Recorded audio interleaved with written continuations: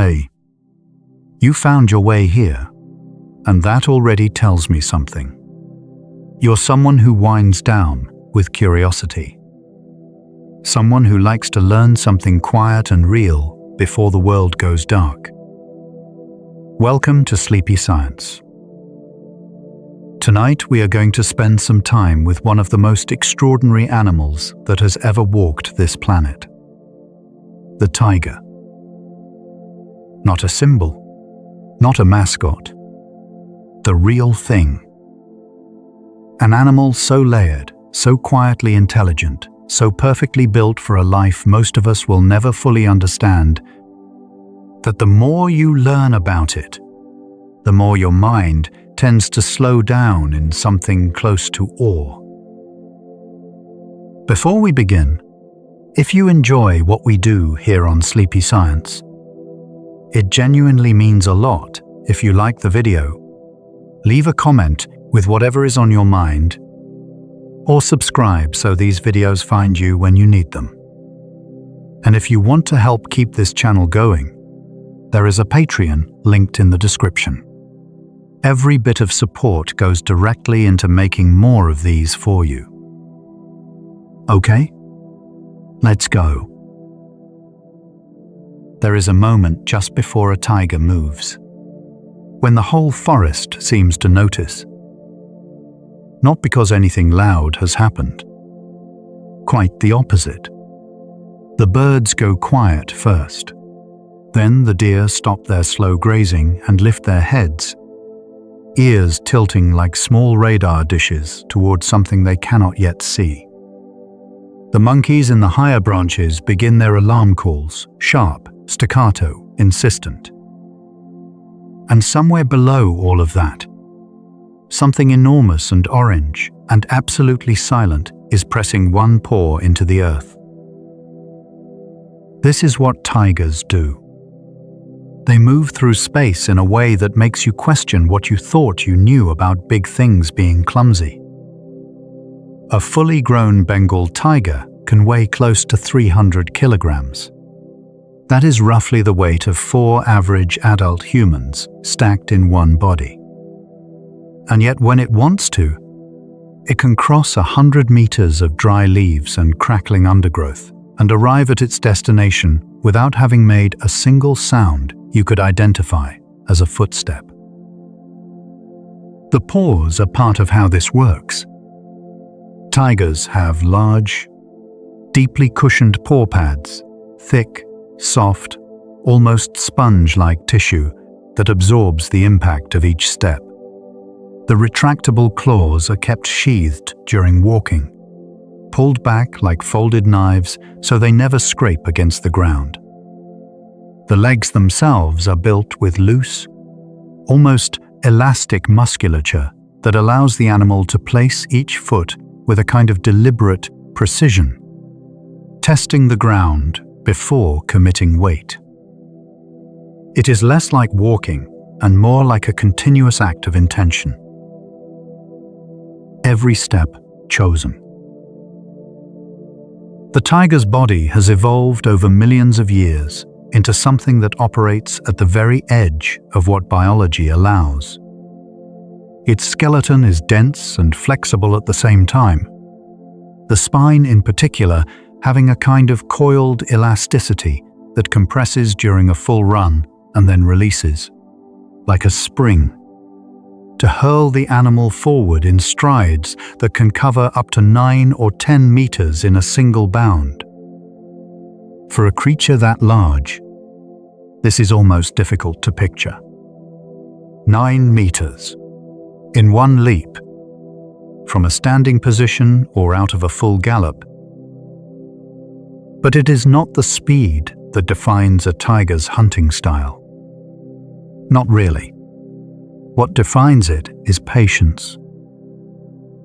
A tiger is, more than anything, a creature of waiting. It may follow a trail for hours. It may crouch in tall grass, barely breathing, watching a group of deer graze and wander, waiting for the right moment. the moment when the wind is correct, when the angle is right, when the target has drifted just close enough. A tiger's success rate on hunts is not particularly high by percentage. Somewhere between 10 and 20% of attempts end in a kill, which means that for every successful hunt, there are 4 or 5, sometimes 8 or 9, failed attempts. Hours of stillness, hours of watching, hours of waiting for a moment that does not come. And the tiger simply waits again. There is something deeply restful about contemplating this. Not because failure is pleasant, but because the tiger does not appear to experience it the way we might imagine we would. It does not give up. It does not catastrophize. It does not make a decision in the 4th hour of stillness that this particular patch of forest is unlucky and that everything has gone wrong. It simply is. Present. Still. Watching. Ready. When you lie down at night and your mind starts moving, replaying the day, running ahead to tomorrow, circling the same thoughts over and over, think of the tiger in the grass. Not chasing anything, not forcing anything, just waiting with a kind of absolute trust that what needs to happen will happen. Breathe in slowly. Hold it just a moment and let it go. Tigers are, in a very technical sense, not one animal. They are a family, a collection of subspecies that have diverged over thousands upon thousands of years as populations became separated by geography, by rivers, by mountain ranges, by stretches of ocean, by the slow, grinding drift of climate shifting across centuries. The Bengal tiger is perhaps the most well-known, the one most people picture when the word tiger surfaces in the mind. Found primarily across the Indian subcontinent, in the dense forests of India, Bangladesh, Nepal, and Bhutan. It is the most numerous of the living subspecies, which is perhaps why it has become the archetype. But even calling it common is relative. Fewer than 3,000 live in the wild today. Then there is the Siberian tiger, also called the Amur tiger, which is the largest of all. These animals live in the cold birch and pine forests of the Russian Far East, in a place where winter can push temperatures to -40 degrees Celsius. They are built differently than their southern cousins. Broader, heavier, with thicker fur that grows in layers against the cold. Their paws spread wide when they walk across snow, distributing their weight like natural snowshoes. Their territories are enormous. A single Amur tiger might patrol an area of 1,000 square kilometers or more, following prey through landscapes of deep snow and frozen rivers. The Sumatran tiger is smaller, more compact. Its stripes are closer together, denser and darker, which researchers believe may be an adaptation to the thicker vegetation of the Indonesian rainforest where it lives. It is also, heartbreakingly, critically endangered, with perhaps fewer than 400 individuals remaining in the wild. There are the Indo-Chinese tigers of Southeast Asia, the Malayan tiger, and the South China tiger, which is so rare that most experts believe it may already be functionally extinct in the wild, surviving only in captivity, a ghost of a subspecies waiting in enclosures while its forests have either shrunk or been swallowed. And then there are the ones that are entirely gone. The Caspian taiga, the Javan taiga, the Bali taiga. 3 subspecies that walked this planet within living human memory. The last confirmed Bali taiga was killed in 1937, and that are now gone completely. No DNA banks, no captive populations, just museum specimens, a handful of old photographs, and the written accounts of people who saw them and did not understand what they were seeing. The taiga is ancient. As a species, it has been on this planet for somewhere around 2 million years. It has survived ice ages. It has survived the rise and fall of entire ecosystems. It has survived eruptions and floods and the slow rearrangement of continents. And yet in the last 100 years, 3 entire subspecies have vanished from the world, and the rest are fragile. This is not a comfortable fact to sit with, but we can sit with it quietly, without turning away. Because even in that discomfort, there is something worth knowing. Let your breathing slow a little more. Imagine for a moment that you are in a forest at dusk. Not a threatening forest, a warm one. The light is gold and low between the trees. Somewhere nearby, water is moving. A small river or a wide, shallow stream, catching the last of the light. The air smells of wet earth and green. Somewhere high above you, a bird makes one long, slow call and then goes quiet. And at the edge of the trees, where the forest gives way to a clearing, there is a shape. Still, orange and black and impossibly quiet. It is not looking at you. It is looking at something else entirely. Calm and unhurried, its great head turning slowly as it reads the air around it. And then, without sound, without rushing, it turns and walks back into the trees. And the forest breathes again.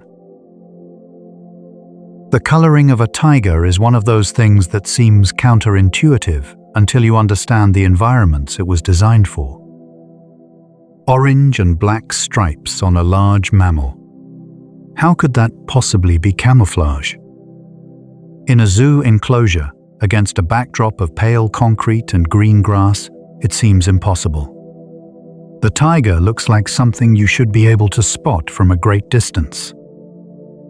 But put that same orange and black body into tall, dry grass at the edge of a tropical forest in the hours just before dawn, or at dusk when light is failing, and the mathematics changes entirely. The orange is actually connected to a visual property of the animals tigers most commonly hunt. Deer, wild pigs, antelope, gore. Many of these prey species are dichromats, meaning they see the world with only 2 types of color receptors rather than the 3 that humans have. To a deer, the orange of a taiga does not read as orange at all. It reads as something closer to green. The same green as dry grass. The same green as the shadowed undergrowth. The taiga, to the very eyes most likely to be watching for it, is already halfway invisible. Then there are the stripes. The stripes break up the taiga's silhouette, what biologists call disruptive coloration.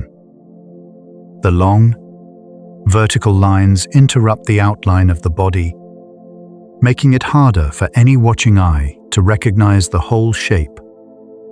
Instead of seeing a large animal, the eye is pulled in different directions by the alternating bands of light and dark, tricked into seeing shadow and light rather than solid form. No two tigers have identical stripes. This is worth dwelling on for a moment.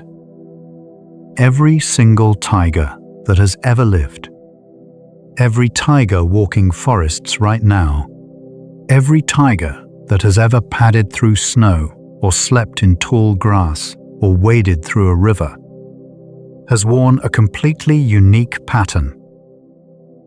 Like fingerprints, like the specific arrangement of freckles on a person's arm. Researchers and conservation teams actually use stripe patterns to identify individual animals in the wild, photographing flanks and building catalogs, a kind of visual census that allows scientists to track the same tiger over years. They also have stripes on their skin itself, not just in their fur.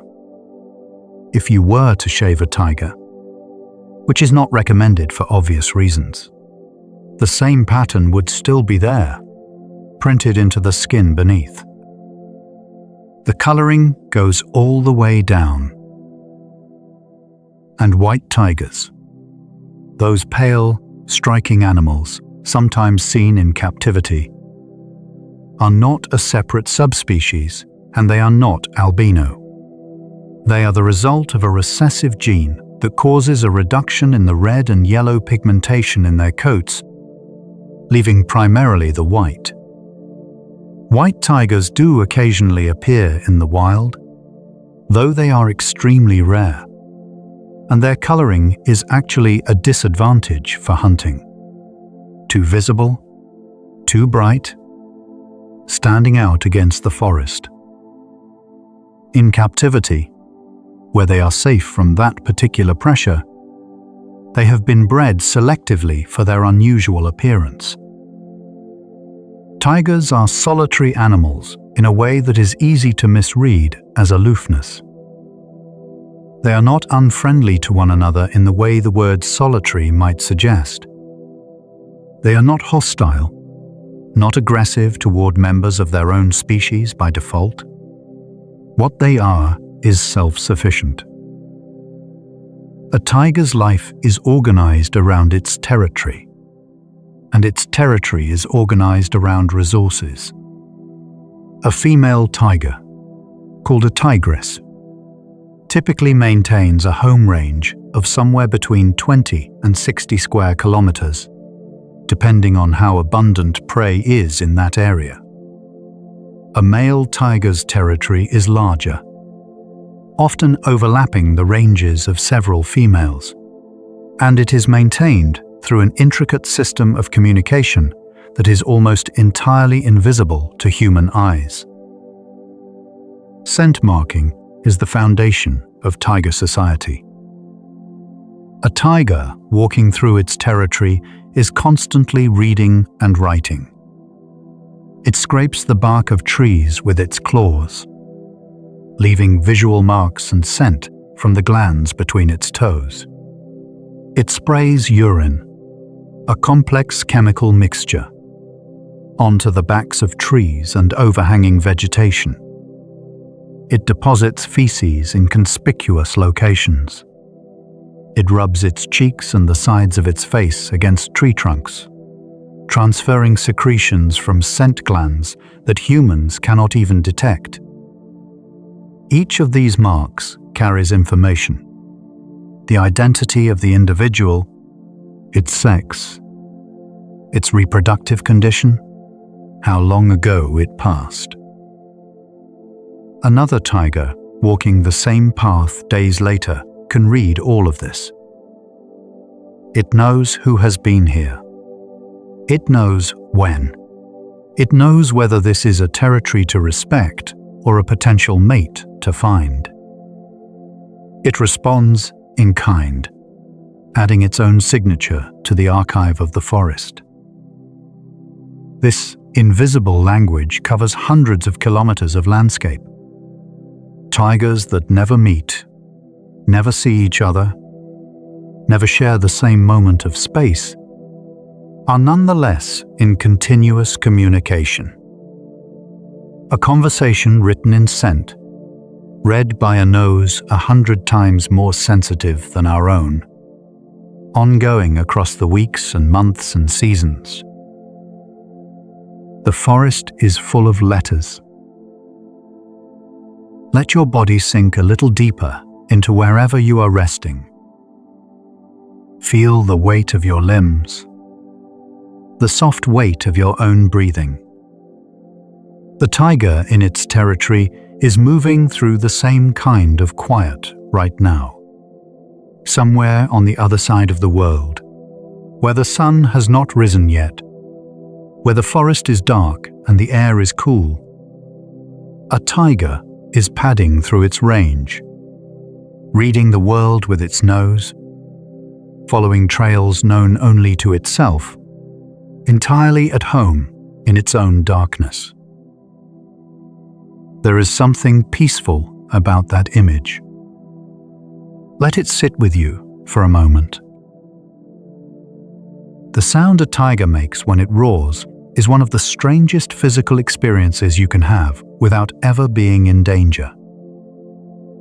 If you have ever heard a tiger roar at close range, in a wildlife sanctuary or a conservation area, through the thick walls of a vehicle, you will know that it is not only a sound, it is a pressure.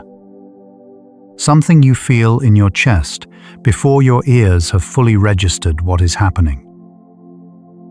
This is because tigers produce low-frequency infrasound alongside their audible roar.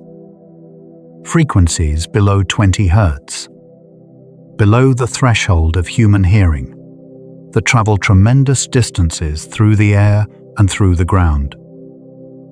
These infrasound waves are the reason that prey animals sometimes freeze when a tiger roars nearby. It is not only the volume that paralyzes. It is the low frequency, which passes through the body directly and triggers a deep physiological response, a kind of stunned stillness that some researchers believe may actually cause momentary paralysis in smaller animals. The roar itself is produced by a unique anatomy. Unlike other big cats, cheetahs, cougars, snow leopards, which cannot roar at all, tigers have a modified larynx with ligaments that are made of elastic tissue rather than muscle. This allows the vocal cords to stretch far more than those of any purring cat, creating a much larger opening through which air can be forced. Hence the volume, hence the power, hence the infrasound. The compromise is that tigers cannot purr continuously the way a domestic cat can. That long, rolling vibration made on both the inhale and exhale. A tiger can make a puffing sound, sometimes called a chuff, or a pruston, which is a low, breathy noise made by forcing air through the nostrils with the mouth shut. It is a greeting sound, a contact call, the sound tigers make to one another when they want to communicate non-aggression. Gentle, almost soft, coming from an animal that can shake the ground. They also have a wide repertoire of other vocalizations that most people never think about. Moaning calls for long-distance communication, pruning sounds during mating, specific calls made only to cubs, short barks of alarm, hissing and spitting when threatened, and a sound that researchers describe as something between a cough and a grunt, made during the final moments of a hunt, when the animal is closing the distance. A tiger is not a silent thing. It simply chooses, most of the time, to move through the world as if it were. Tigers are exceptional swimmers. This surprises many people, given how many cats of all sizes seem to regard water with theatrical suspicion. But tigers are different. They actively seek out water, particularly during the hottest parts of the day, when the sun is fully up and the forest canopy does not provide enough relief from the heat. They wade in and submerge themselves up to the shoulder, or deeper, and simply rest there. Eyes half closed, ears folded back slightly, breathing slow, the water cold around their broad, striped bodies. Sometimes they swim. Not wading, actually swimming, full strokes, crossing rivers that would challenge a human swimmer. There are documented cases of tigers crossing rivers of 5 or 6 kilometers in width. Long, open crossings through moving current, arriving on the other side and shaking the water from their fur before disappearing into the next forest. In the Sundarbans, the vast mangrove delta that straddles the border of India and Bangladesh, the tiger population has adapted to an almost amphibious existence. The Sundarbans is not a typical forest. It is a tidal landscape where the ground itself is sometimes above water and sometimes below, where the trees grow with their roots submerged in brackish water, where the channels and the mudflats shift with the tides twice a day. The tigers here have learned to navigate this liquid world. They swim from island to island, hunt fish and crabs when terrestrial prey is scarce, and build their resting places on ground that will be underwater again in 6 hours. It is a strange and beautiful corner of the tiger's range. An ecosystem that seems to exist at the edge of what is possible. Forest and ocean tangled together, tiger and tide sharing the same space. The life of a tiger cub begins in darkness. The tigress gives birth in a sheltered space. A dense thicket, a cave, a hollow beneath the roots of a fallen tree. She prepares this place in the days before the birth, choosing carefully, returning and refining the shelter, ensuring it is hidden and dry and far enough from any major trail that other predators are unlikely to stumble upon it.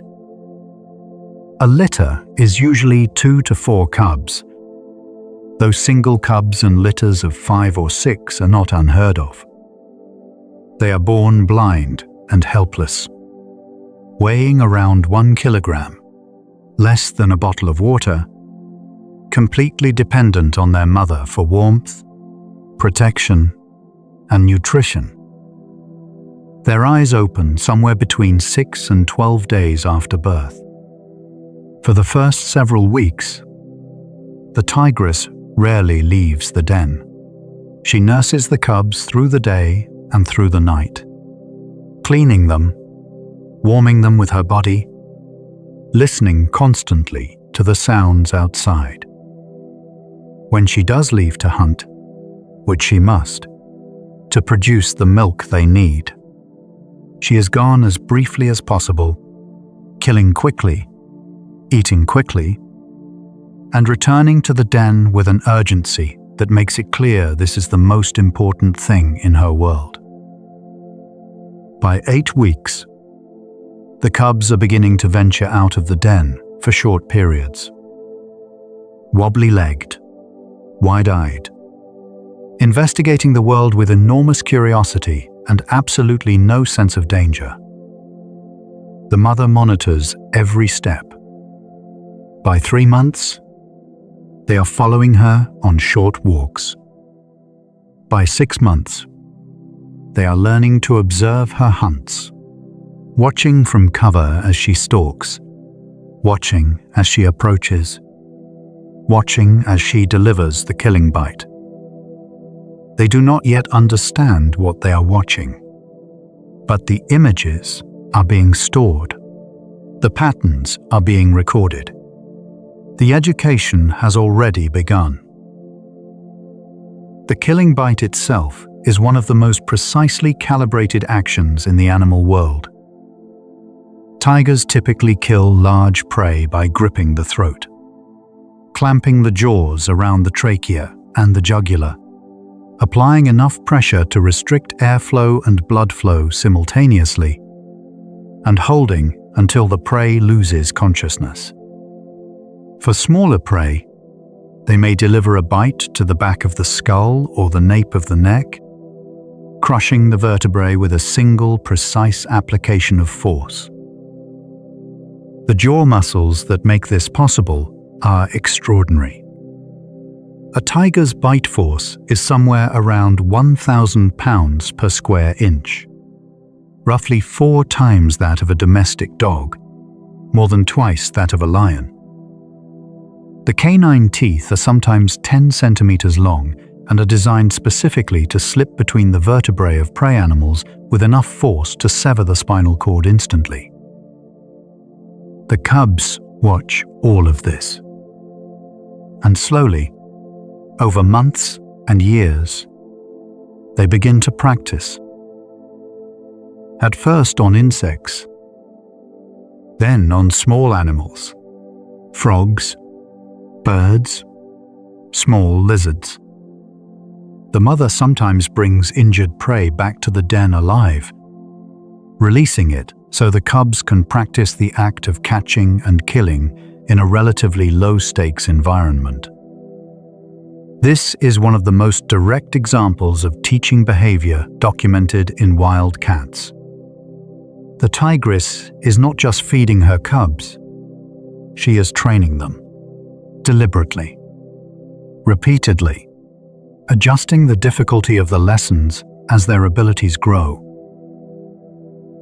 At around 18 months, they make their first real independent kills. By 2 years, they are competent hunters. Between 2 and 2.5 years, they begin to leave. This dispersal is one of the most dangerous moments in a tiger's life.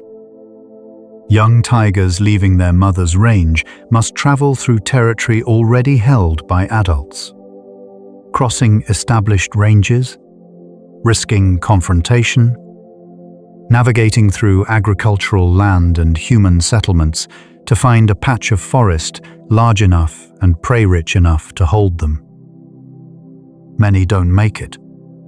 They are killed by other tigers, hit by vehicles, shot by farmers protecting livestock, or simply unable to find a territory before starvation catches them.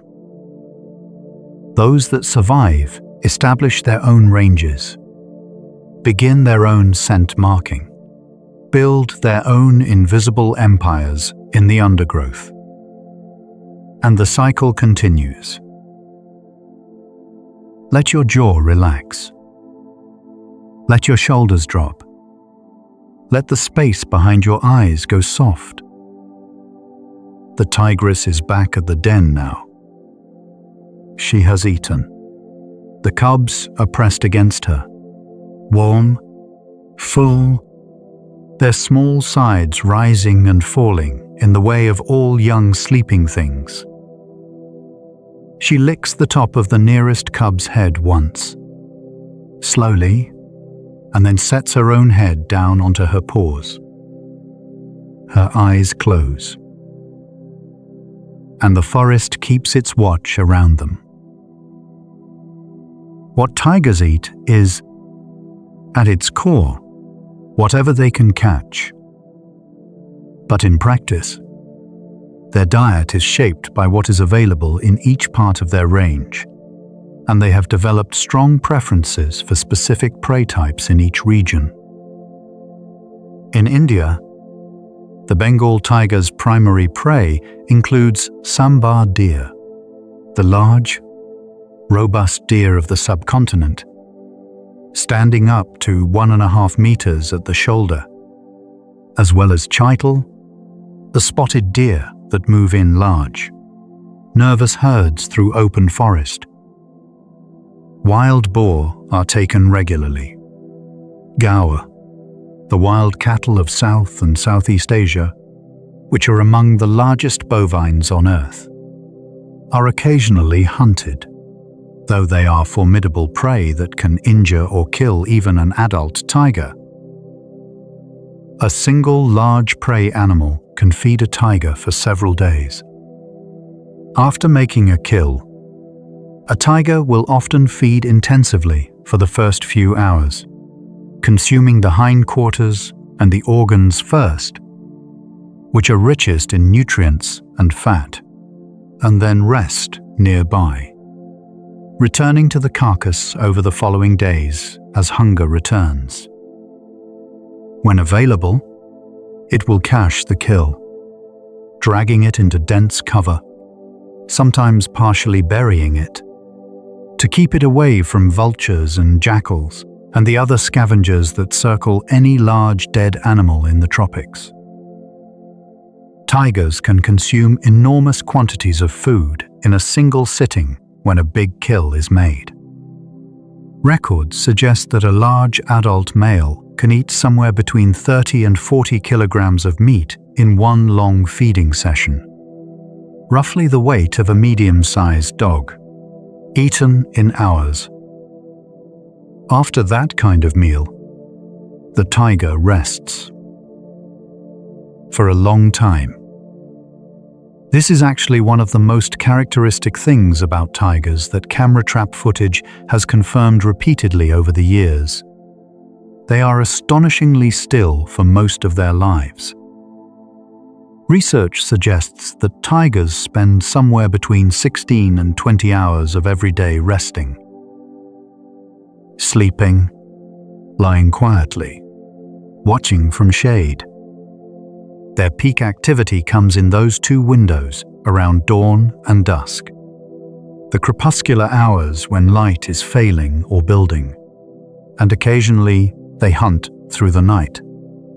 Their eyes far better suited to darkness than ours. But for most of a tiger's day, it is simply there, present, heavy, resting, in the shade of a large rock, in the long grass by a waterhole, draped across a flat-topped boulder with the patience of something that has learned there is no benefit to using energy you do not need to use. If you are having trouble sleeping tonight, it is worth considering that one of the most powerful animals on Earth spends the majority of its existence in exactly the state you are trying to reach. Not anxious, not striving, not reviewing the mistakes of the morning or anticipating the demands of the afternoon. Just resting, just being. The relationship between tigers and the forests they live in goes far deeper than predator and habitat. Tigers are what ecologists call an apex predator, and beyond that, a keystone species, meaning that their presence shapes the structure and health of the entire ecosystem around them, far out of proportion to their numbers. Here is how this works. In a forest where tigers are abundant, deer and other herbivores behave differently than they do in a forest where tigers are absent or rare. The prey animals are constantly aware of risk. They graze for shorter periods before lifting their heads and scanning. They avoid certain corridors of forest, dense thickets, narrow valleys, the edges of waterholes at certain hours, because these are the places where a tiger is likely to be waiting. They move constantly, never staying long enough in one place to overgraze it. This behavioral modification, what ecologists call the landscape of fear, means that vegetation grows more evenly across the landscape. No single area is stripped bare. No riverbank is trampled into mud by animals clustering there too long. The grasses grow. The trees grow. The understory fills in. Soil erosion slows. Water quality in streams improves. Bird species that depend on dense undergrowth return. Insects that depend on flowering plants return. And so on, cascading through the system. In forests where tigers have been removed, the effect of this loss can be measured in the vegetation. Deer populations boom without predation pressure. They congregate, overgraze, strip riverbanks. Erosion increases. The forest structure changes. Species that depended on that structure disappear. The whole thing slowly unravels from the top down. A tiger walking quietly through its range, doing nothing more than existing, maintaining the landscape of fear, is doing more ecological work than any human conservation effort can replicate. Its presence, the mere fact that it is there, somewhere in those trees, a shadow that might be moving, is enough to shape the behavior of thousands of other animals. Which means protecting tigers is not just protecting tigers. It is protecting everything the tiger has been holding in place for 2 million years. In parts of India, there is a phrase among forest communities that translates roughly as, "Where the tiger walks, the forest lives." It is one of those pieces of old knowledge that turns out, when examined through modern science, to be exactly right. The India of 100 years ago had tigers in enormous numbers. Estimates suggest that at the beginning of the 20th century, in the early 1900s, there may have been as many as 100,000 tigers living across Asia. 100,000. From the cold forests of Russia to the mangrove swamps of Bengal. From the jungles of Java to the plains of Central Asia. By the early 1970s, a survey conducted in India found fewer than 2,000 tigers remaining in the country that had once held the largest population in the world. What happened in those 70 years was a confluence of catastrophes. Sport hunting on a scale that is almost incomprehensible by modern standards. Colonial-era hunts in which individual officials recorded kills of dozens, sometimes hundreds, of tigers over careers that spanned decades. Habitat loss as forests were cleared for agriculture, timber, and expanding human settlements. The collapse of prey populations as the deer and wild boar and other animals tigers depended on were also hunted heavily. And poaching, both for tiger skins, which were luxury goods traded across Asia and Europe, and later for tiger bones, which are used in traditional medicine in parts of Asia and command enormous prices on the black market even today. In 1973, India launched Project Tiger, one of the first large-scale, government-backed wildlife conservation programs in the world. It created a network of tiger reserves, protected areas where human habitation was restricted, poaching was actively prosecuted, and prey populations were allowed to recover. The results were imperfect and complicated. Some villages were displaced, and the human costs of conservation created tensions that are still not fully resolved. But the tiger numbers began, slowly and painfully slowly, to climb. By the most recent census, conducted in 2022, India counted more than 3,300 tigers within its borders. This is the largest wild tiger population on Earth, and it represents, genuinely, one of the most significant wildlife conservation success stories ever recorded. Not a solved problem, not a finished story, but a real, measurable, demonstrated reversal of a decline that many people believed was unstoppable. Allow your breathing to slow a little more. Just notice it. The air coming in, the air going out, the small pause between. The tigers in India's reserves are resting now too, or walking their territories in the dark, or drinking from streams that catch pieces of starlight. They do not know about Project Tiger, or census surveys, or conservation milestones.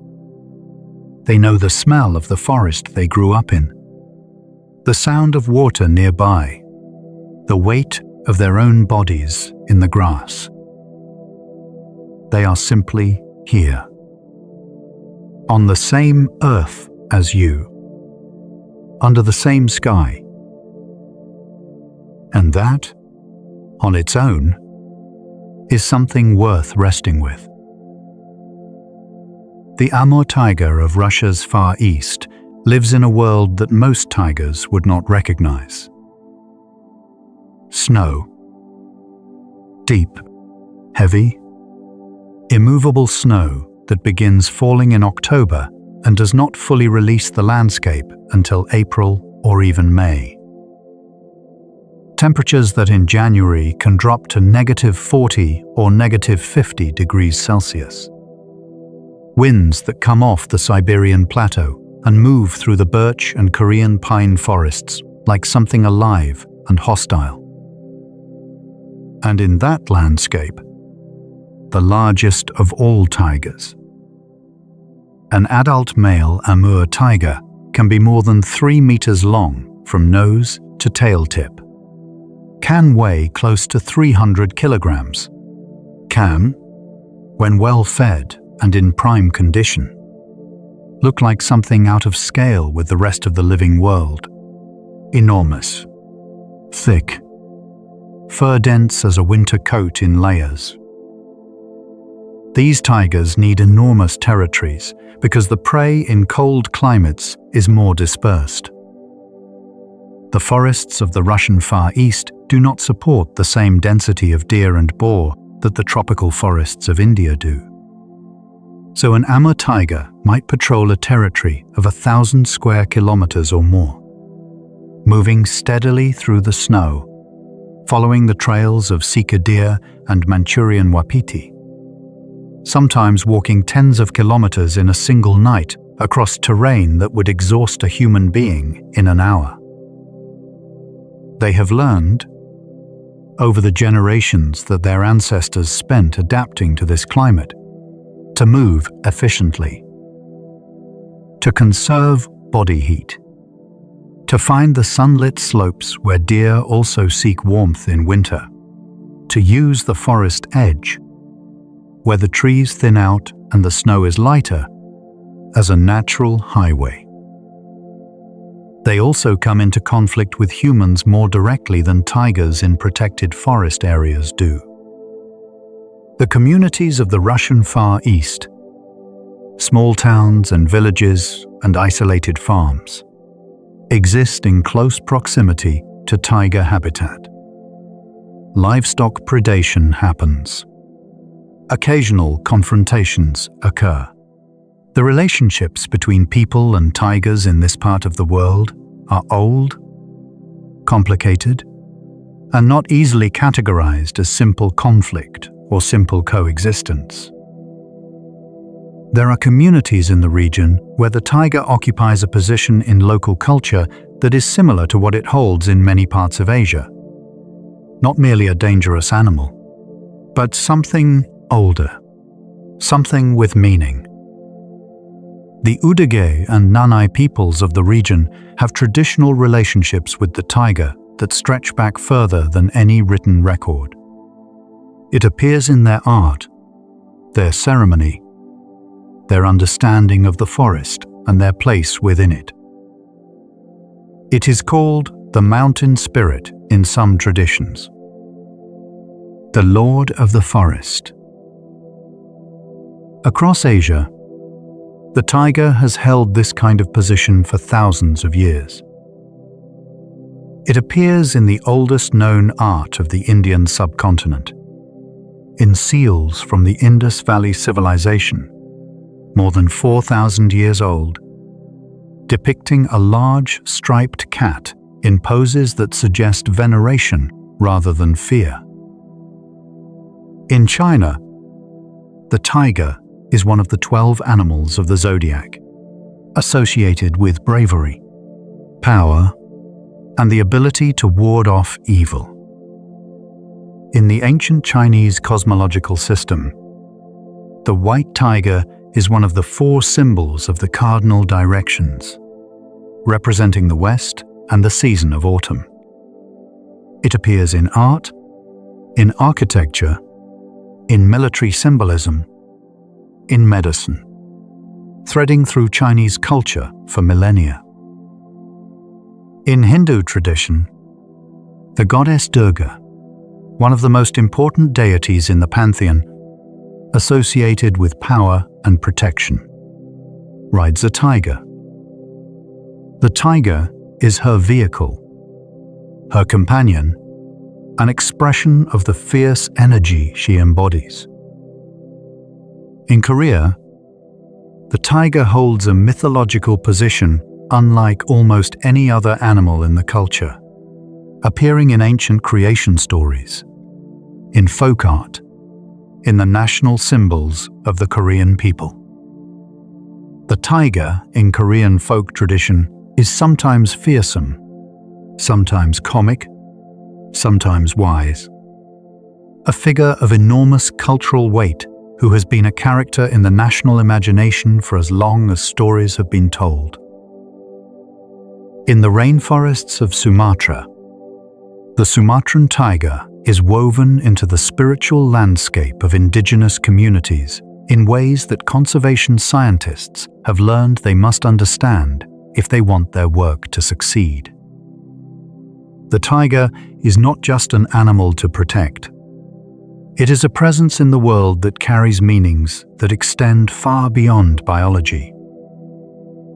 Humans and tigers have shared this planet for so long that the tiger has become part of how certain human cultures understand themselves.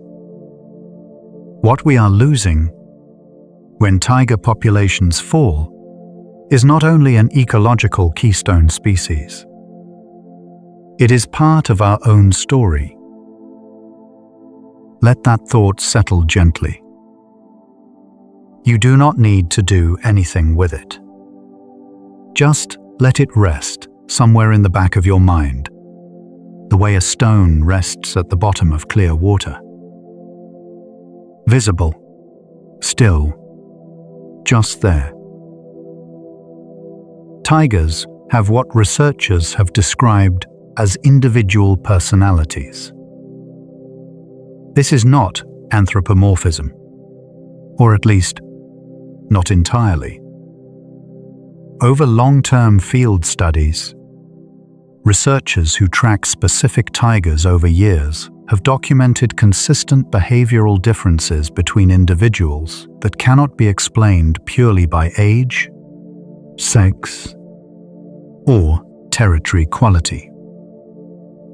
Some tigers are bold. They investigate new objects in their territory with minimal hesitation. They approach the edges of human settlement more readily. They take risks in hunts that more cautious individuals would avoid. Some tigers are methodical. They follow established routes precisely. They hunt using the same techniques repeatedly, refining rather than varying. They avoid the unpredictable. Some are opportunists. They expand their diet readily, taking whatever presents itself: fish, turtles, birds, even insects in lean times. Others are specialists, focused almost exclusively on one or two prey species, and surprisingly reluctant to shift even when those prey become scarce. Mother tigers differ in their parenting style, too. Some are highly protective, rarely leaving cubs alone, moving the den site at the slightest sign of disturbance, keeping their young close long after the cubs would be capable of more independence. Others are more relaxed, allowing cubs to wander farther from a younger age, tolerating more risk as part of the learning process. Field researchers who have spent years with specific animals describe being able to recognize them not just by their stripe patterns, but by their bearing. The way a particular tigress carries her head, the specific angle at which a large male rests when he settles into a waterhole, the way one individual always approaches a camera trap from the same direction while another has never once been photographed from the front. They are not interchangeable. They are individuals, each one carrying its own particular experience of the world, its own learning, its own history, its own set of preferences and quirks. Somewhere in a reserve in central India right now, there is a tigress that wildlife researchers have been following for 11 years. They know the specific stream crossing she always uses. They know which part of her territory she prefers in the dry season. They know approximately how many cubs she has raised to adulthood, and roughly where each of those cubs has gone.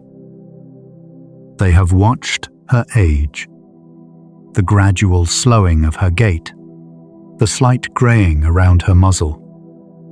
She does not know any of this. She is simply living, walking her trails, reading her forest, following the rhythm of her own ancient life. The sounds of a tropical forest at night are worth spending a moment with. Close your eyes if they are not already closed. Imagine the specific texture of sound that surrounds a tiger as it moves through its territory in the dark hours. Cicadas, an enormous, sustained sound, layered and continuous, so constant that it becomes a kind of silence of its own. Frogs calling from every pool of standing water. Low croaks, high chirps, the long descending whistle of certain tree frogs that carries remarkable distances through the dark. Nightjars and owls. The occasional distant bark of a spotted deer that has caught an unfamiliar scent on the wind. The slow creak of bamboo shifting. The drip of water from large leaves after an afternoon rain, still falling hours later into the pools below. And through all of this, moving through it as if it were simply the texture of the world, the tiger. Somewhere in those sounds, between the frog calls and the cicada chorus, there is a soft pressure of padded foot on damp earth. The small disturbance of tall grass parting and closing again. The faint sound of a breath taken and held as the animal pauses and listens. And then, nothing. just the frogs and the insects and the dark. There is a concept in biology called ecological memory. It refers to the accumulated history of a landscape, the record of what has happened there, written not in any single organism but in the collective of species, the structure of the vegetation, the chemical composition of the soil. A forest that has had tigers for 1,000 years has a different structure than a forest that has been without them for 50. The difference is measurable. In the diversity of tree species, in the distribution of grasses, in the depth of the riverbanks, in the populations of the smaller creatures that live in the understory and the leaf litter. The taiga is written into the landscape it inhabits. Not as a physical mark, not like a scar on a tree or a claw mark on a wall, but as a shaping force, as invisible and as real as gravity. The forest bends around the taiga the way grass bends around a stone placed in a stream. The stone does not need to move. Its presence alone changes the current. When we remove a taiga from a landscape, we do not simply subtract one animal. We alter a system that took thousands of years to calibrate. And when tigers return, as they have in some parts of India and Nepal through patient conservation work, the system begins, slowly, to find its old shape again. Ecology, it turns out, has a kind of memory. It holds the ghost of what was there and moves toward it when given the chance. The relationship between a taiga and water is worth returning to for a moment.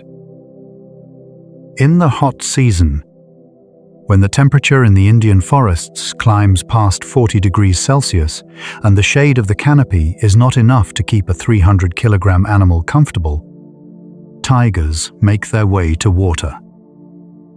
Camera traps set up near waterholes have captured some of the most extraordinary footage of taiga behavior on record. Adults entering the water with a kind of deliberate luxury, wading in slowly, pausing when the water reaches their chest, and then simply lowering themselves down until only the great blocky head remains above the surface.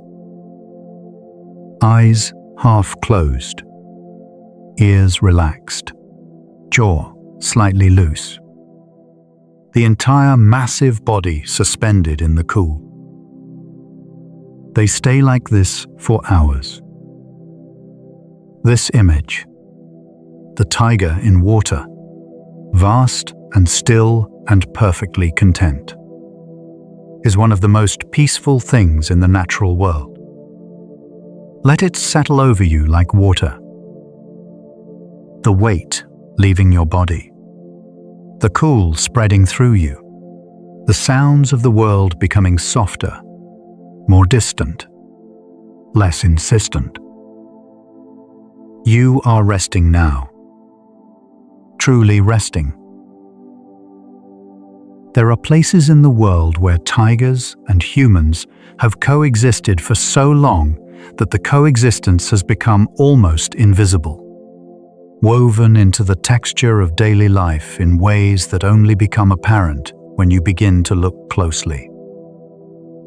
In the buffer zones around India's major taiga reserves, the areas where official protection ends and human habitation begins, there are communities of people who have lived alongside tigers for generations.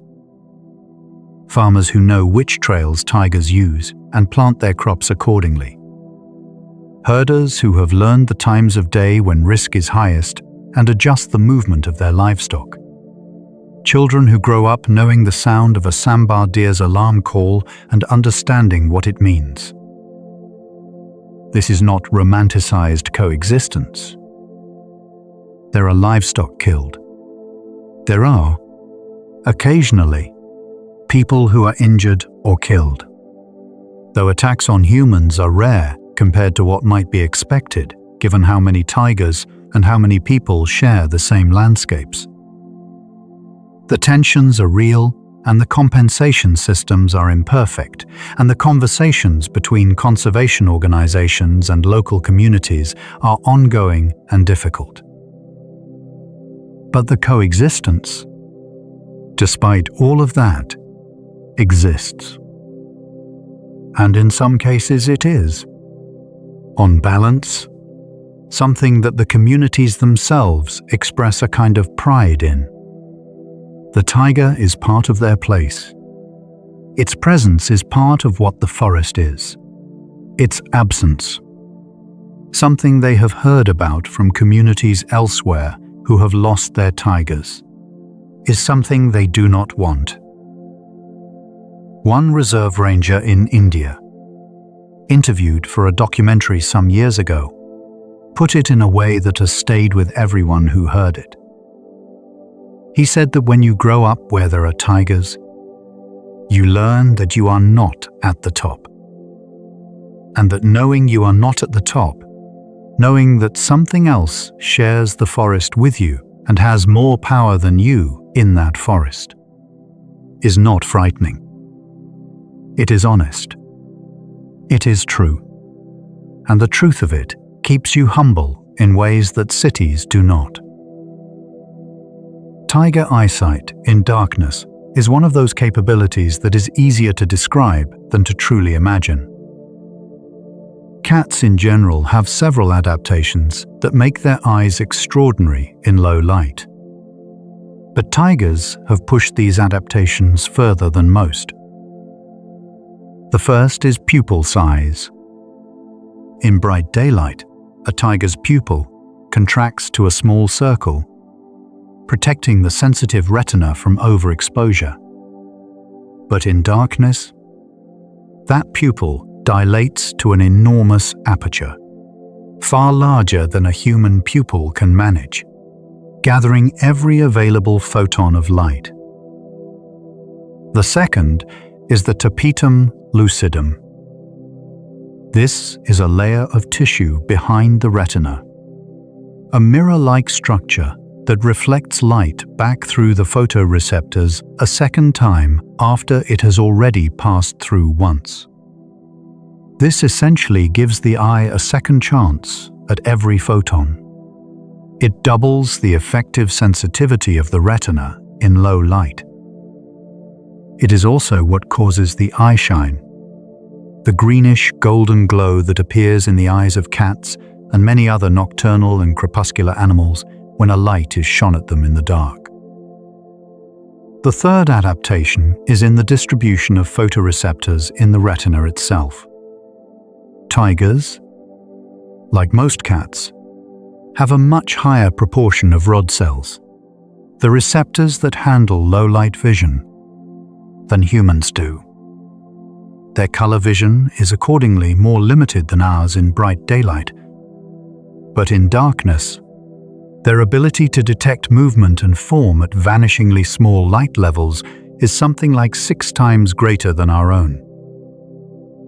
6 times. In the darkest hours before dawn, when the forest is as close to absolute black as it gets and a human would see almost nothing, a tiger sees. Not in full color and not in sharp detail, but in movement, in shape, in the subtle variations of dark on dark that are enough to track a deer through shadows. The tiger at 3 in the morning, in the deep interior of a forest where no artificial light reaches, is as comfortable as you are in the middle of a bright afternoon. The darkness is its home. There is something called the phlegmon response that tigers perform when they encounter a particularly significant scent. It looks, to a human observer, like a grimace. The upper lip curls back, the nostrils partially close, the mouth opens slightly, and the animal stands still for a moment with this strange, almost quizzical expression. What is actually happening is that the tiger is routing scent molecules toward a specialized organ called the vomeronasal organ, or Jacobson's organ, located in the roof of the mouth. This organ is essentially a second nose, specialized for detecting certain complex chemical signals, particularly pheromones. It connects to a part of the brain associated with social and sexual behavior rather than general olfaction. When a tiger curls its lip at a scent mark, it is doing something closer to reading a very detailed message than simply smelling something interesting. It is gathering information from that scent that its regular nose, impressive as it is, cannot fully decode. The message might be, "This is a female who is in reproductive condition." Or, "This is a dominant male who passed through 3 days ago and whose scent is beginning to fade." Or, "This is a tiger I know. This is familiar. This is one of the voices in my world." Tigers have what biologists refer to as a boom and bust relationship with their prey. When prey is abundant, tiger populations grow. More tigers means more predation. More predation means the prey population eventually falls. As prey falls, the tigers, finding it harder to eat adequately, reproduce more slowly, raise fewer cubs to independence. Some die of starvation or in fights over the scarce prey that remains. As tiger numbers fall, the prey population recovers. As prey recovers, conditions for tigers improve again. This cycle operates over years and decades, and it is one of the fundamental rhythms of an intact ecosystem. Boom and bust, growth and contraction, abundance and scarcity, cycling back and forth in a long, slow, self-correcting oscillation. It is not smooth. There are individual tigers who starve in years when prey collapses. There are individual deer who are taken in years when tigers are many. The system is not kind to individuals, but it is resilient. It has been running this cycle for longer than our species has existed. It knows something, in the wordless way that systems know things, about how to balance itself over time. A male tiger in its prime is one of the most formidable living things on Earth. The foreleg alone, a single forelimb of an adult male Bengal or Amur tiger, is powerful enough to kill a bull with a single downward blow. The strike is not a swipe or a scratch. It is a controlled percussion, delivered with the weight of the animal's upper body behind it, targeting the neck or spine with enough force to fracture the cervical vertebrae on impact. And yet that same limb, that same enormous, heavily muscled foreleg, can deliver the most delicate of touches. There is footage from tiger reserves showing a mother cleaning a cub with a paw.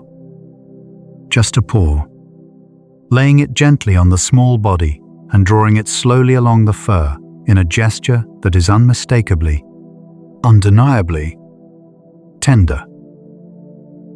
The same foot that can break a tree branch can press with the softness of a breath against something small and sleeping. We are coming now into the deeper part of the night. Not the night outside, though that is there too. The darkness pressing softly at the window. The night inside. the one that comes when the body finally decides it has been awake long enough. When the muscles let go of their last small tensions, when the breath slows of its own accord, when the thoughts begin to lose their edges. Let that happen. You don't need to do anything to help it. It knows the way. The tigers know the way back to their dens. The birds know the way back to their roosts. The river knows the way to the sea. And your body knows the way into sleep. Let it lead. The tiger has been living in human imagination for so long that it has accumulated meanings in almost every culture that shares a landscape with it. In the texts of ancient India, some of them thousands of years old, the tiger appears not just as a predator to be feared, but as a model of virtues. Focus, strength, mastery of the self, the ability to wait for the right moment and then act with complete commitment. Military strategists in ancient China wrote about the tiger as a metaphor for the ideal general. Patient in preparation, explosive in execution, always reading the landscape before committing to movement. In the folk traditions of Korea, the tiger is a figure of both terror and comedy, capable of great fearfulness and capable, in certain stories, of being outwitted by a clever rabbit. This duality, the tiger as both the most powerful thing in the forest and yet somehow subject to the same world of consequence as everyone else, feels true to what the tiger actually is. Powerful, but not beyond the reach of time. Not invulnerable. Not permanent. The tiger eats. The tiger sleeps. The tiger grows old. The tiger dies. Another tiger is born into the territory it held and begins the whole cycle again. This is not a sad fact. It is the most honest fact there is. There is a specific sound that the forest makes in the hour before dawn that has no name in English. It is the sound of things beginning to stir before the light has quite decided to arrive. The first tentative calls of birds who wake before sunrise. Not yet the full chorus, just single notes dropped into the quiet, testing the air. The slight cooling that comes with that hour, when the night is deepest and the dew begins to form on every broad leaf. The shift in the sound of insects, some falling silent and others, the early ones, beginning. Tigers are most active in this hour. If you were lying in a tent in a forest reserve in India, or in a research station at the edge of a Russian birch forest, and you woke at 4 in the morning and lay very still, listening, this would be the hour when you might hear the sambar deer bark in alarm, or the sound of something heavy moving through undergrowth, or nothing at all, just the pre-dawn silence with a quality to it that tells you, without any evidence, that something is out there. Researchers who spend years in tiger habitat describe a quality of attention that develops over time, a kind of peripheral awareness that most of us never need in our daily lives. The forest teaches it to you, or rather, the tiger teaches it to you. By being there, or by possibly being there, it teaches you to notice. To be present in the way that the forest itself is always present. There is a tiger reserve in Madhya Pradesh, the state sometimes called the heart of India, called Kanha. It is one of India's oldest and largest reserves, covering more than 2,000 square kilometers of mixed forest, bamboo groves, and open meadows called maidans.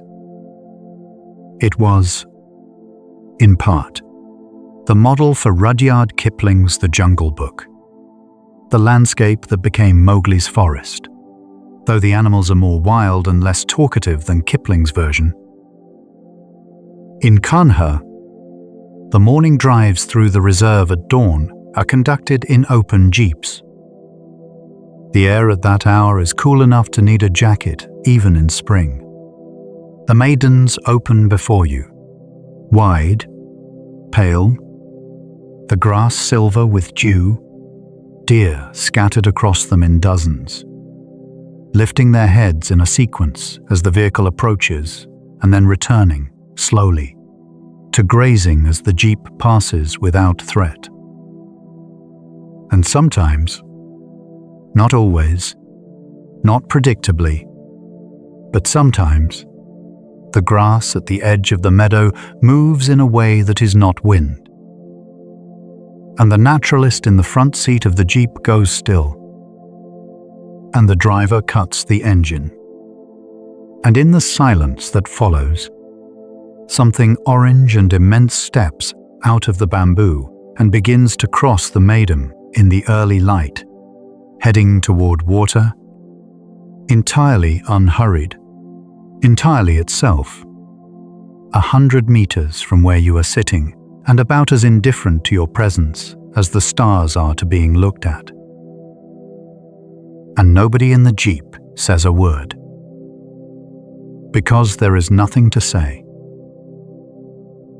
The conservation of tigers over the past 50 years has produced, alongside its successes, a body of knowledge about what wildlife protection actually requires that has implications far beyond any single species. It requires habitat, not just a patch of protected forest, but connected corridors of habitat, pathways between reserves through which tigers can move, disperse, find mates outside their birth territory, maintain the genetic diversity that keeps populations healthy over generations. A tiger population isolated in a small reserve with no connection to any other tiger population is, in the long term, ecologically doomed. Not necessarily immediately, but inevitably, as inbreeding reduces reproductive fitness and the gene pool narrows.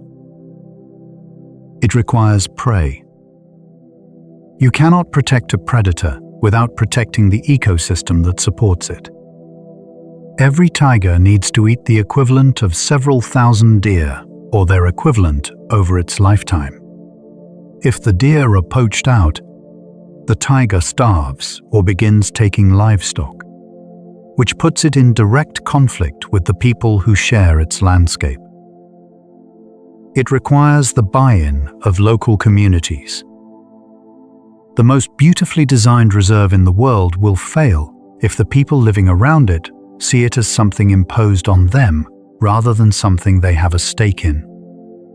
The most successful conservation projects in tiger range countries have been the ones that found ways to make the tiger's survival financially and practically meaningful to the people sharing its landscape.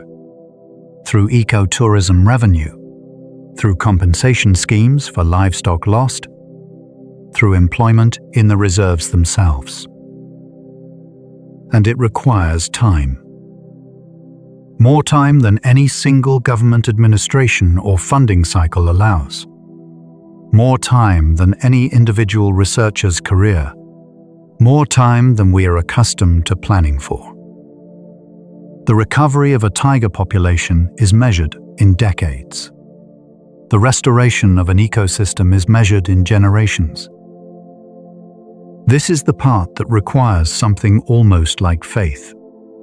Faith that work done now, whose results will not be visible for 20 or 30 years, is worth doing.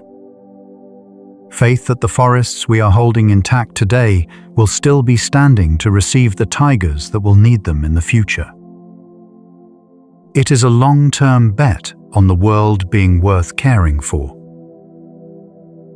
And the evidence, such as it is, suggests that this bet tends to pay off.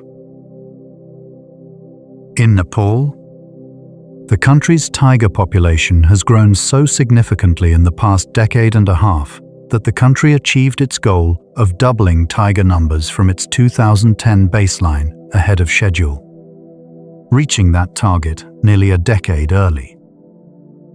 The Terai Arc, the lowland forest belt along Nepal's southern border, has become a model for what connected habitat corridors can do when protected and managed with genuine commitment. In Bhutan, tigers have been camera-trapped at altitudes above 4,000 meters, far above what had previously been considered their range limit, suggesting that the population is healthy enough to be expanding into new territory.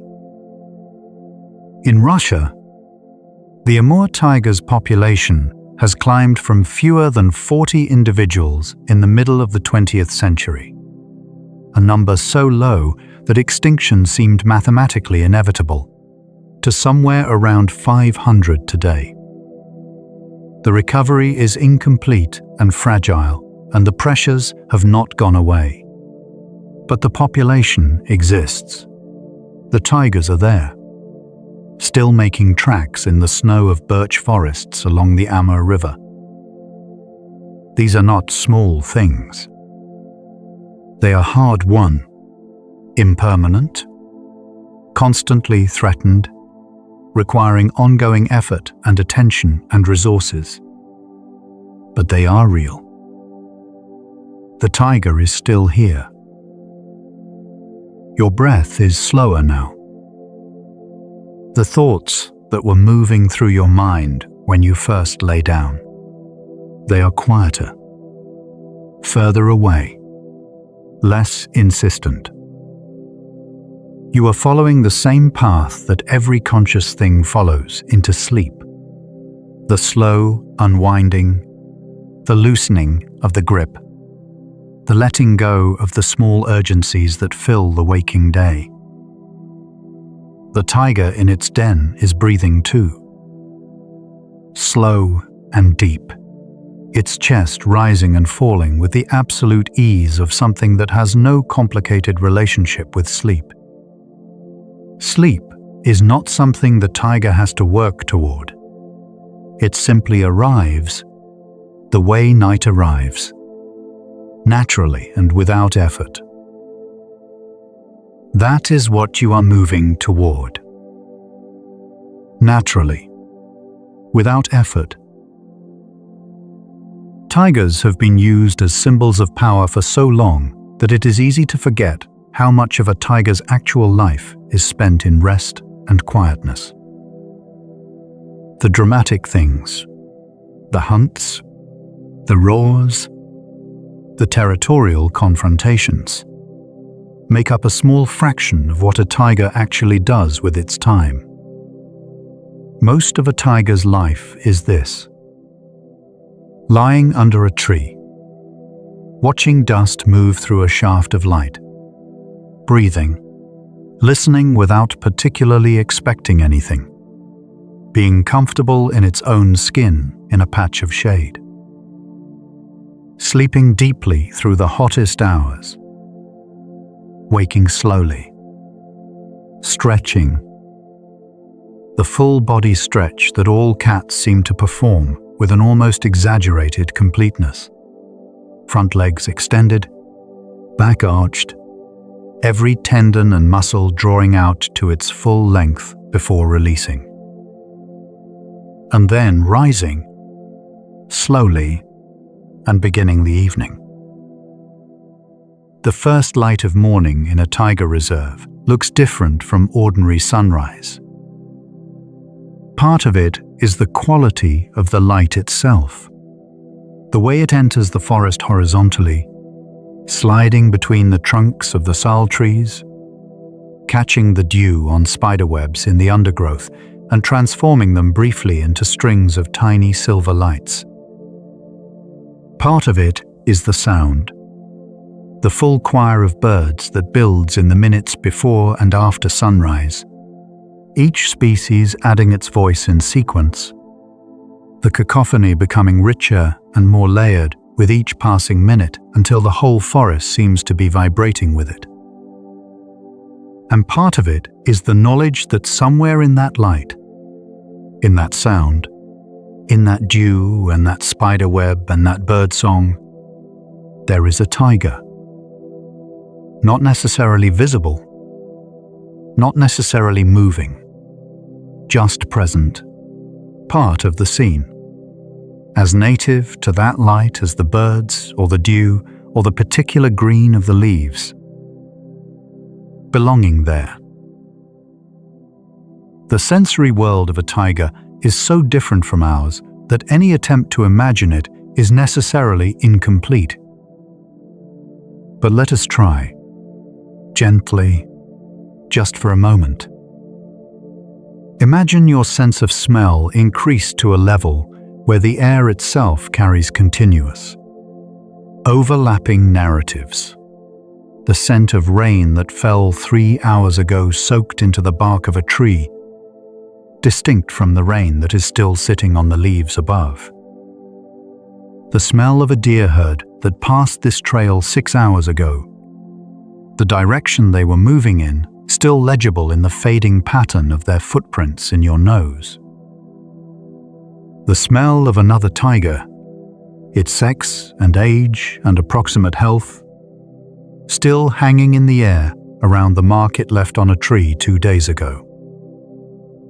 Imagine your hearing extended so that the low, barely audible rattle of a deer browsing in dense vegetation a kilometer away registers distinctly, separated cleanly from the much closer sound of a small bird landing in a bush 30 meters to your left. Imagine the darkness that surrounds you at 3 in the morning, not as an obstacle, but as an environment with its own texture and information. The slightly brighter space where the tree canopy opens, the darker corridor of dense undergrowth, the pale glimmer of a dry riverbed catching moonlight. This is the world the tiger moves through, rich beyond anything our senses know, full of information we cannot access. A landscape of scent and sound and light, so detailed and layered that our experience of the same space would feel, by comparison, like a rough pencil sketch beside a fully realized painting. The whisker pads of a tiger are remarkably sensitive sensory instruments. The whiskers themselves, called vibrissae, are connected to a dense network of sensory nerves at their base. They are not just for show, and they are not primarily for measuring distances or gaps in the way many people assume. In hunting, the whiskers play a specific role during the final moments of an attack, when the tiger's eyes, positioned at the front of the head for forward vision, cannot easily see what is happening directly below or in front of the muzzle. The whiskers fan forward, detecting the exact position and movement of struggling prey through vibration, guiding the placement of the killing bite with a precision that vision alone could not provide at that range. They also function as sensory antennae for air movement, detecting the subtle shifts in airflow that can signal the approach of another animal or the change in wind direction that matters so much during a stalk.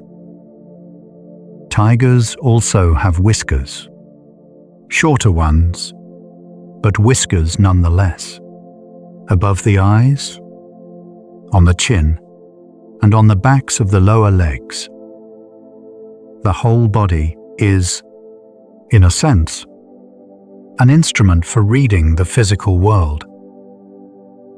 Every surface of the taiga is paying attention. Something that researchers who spend long periods observing tigers describe consistently is the effect the animals have on human perception of time. In the presence of a tiger, or in the focused waiting that the possibility of a tiger creates, the ordinary anxious forward planning of the mind tends to quiet. Not because anything has been resolved or decided, but because the present becomes genuinely more compelling than the past or the future. You are not thinking about tomorrow when there is a tiger lying 30 meters from you. You are here, entirely here. The senses all pointed outward and present. The mind for once not elsewhere. There are practices, meditation, certain forms of therapy, breathing exercises that try to cultivate this state deliberately. The tiger produces it naturally in anyone willing to sit quietly and pay attention. This may be part of why people who have spent time in wild places with large predators so often describe the experience as clarifying. Not frightening, or not only frightening, but clarifying. The fog of the ordinary lifts for a moment, and there is just this. Just now. There is a field of study that sits at the intersection of biology and geography called landscape ecology, and it concerns itself with something that sounds abstract until you see it on a map. The question of how animals move through a world that has been broken into pieces.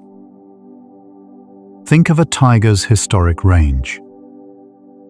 Thousands of years ago, tiger habitat stretched in a vast, connected band across southern and eastern Asia, from the eastern shores of the Caspian Sea in the west, through the forests of Iran and Afghanistan, across the Indian subcontinent, through Southeast Asia, up through China and Korea, and into the birch forests of Russia's Far East, with populations established on the islands of Sumatra, Java, and Bali. A tiger born in what is now central India could, in theory, have walked to the Russian Far East. Not in a straight line, not quickly, but the habitat was continuous enough that gene flow between distant populations was possible. Animals dispersed. Young tigers leaving their mother's range pushed outward into new territory, and that territory connected to more territory.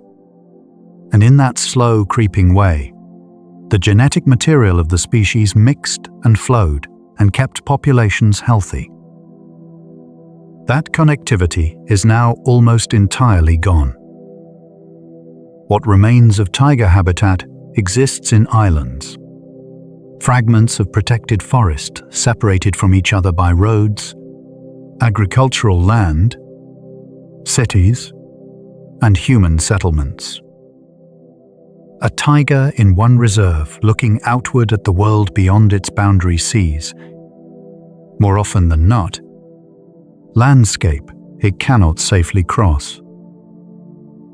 The response to this problem, and it is a problem that wildlife scientists take extremely seriously, has been the development of wildlife corridors. These are strips of connected habitat, sometimes forests, sometimes riparian zones along rivers, sometimes carefully designed passages beneath or above major roads that allow animals to move between protected areas. In India, the Terai Arc landscape connects protected areas across a 2,000-kilometer stretch of the Himalayan foothills, a chain of reserves linked by corridors through community forests and agricultural land. Tigers have been documented using these corridors.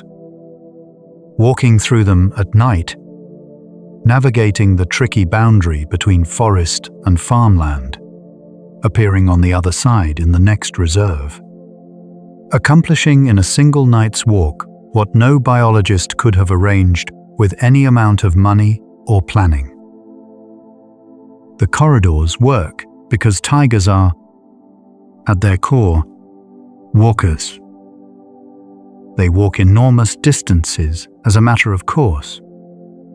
A dispersing young tiger, pushed out of its mother's range and looking for its own territory, has been tracked walking hundreds of kilometers, crossing highways, fording rivers, skirting around villages in the dark, pressing steadily forward through landscapes that seem impossible for a large predator to navigate.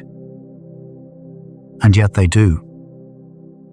The instinct to move, to push outward, to find space. It is among the most powerful drives the tiger has. It is what has always allowed the species to recolonize areas after local extinction, to respond to changing conditions by moving rather than staying and dying. If we can keep those pathways open, even narrow, even difficult, the tigers will find them. They always have. In the southern part of India, in a landscape of coffee estates and cardamom plantations in the Western Ghats, there is a place called the Annamalai Hills, the Elephant Mountains in the local language. The forests here are dense and layered. Wet tropical forest at the lower elevations, transitioning as you climb to shola grassland, a mosaic of high-altitude grass and stunted trees that exists nowhere else on Earth. It is one of the most biodiverse regions in Asia.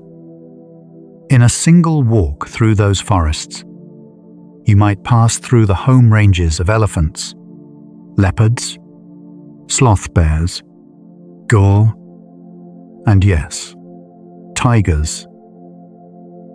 The tigers of the Western Ghats are Bengal tigers, but they are living in a habitat so different from the dry, deciduous forests of central India that some researchers believe they may represent a distinct population with local adaptations to the wetter, cooler, more vertical terrain.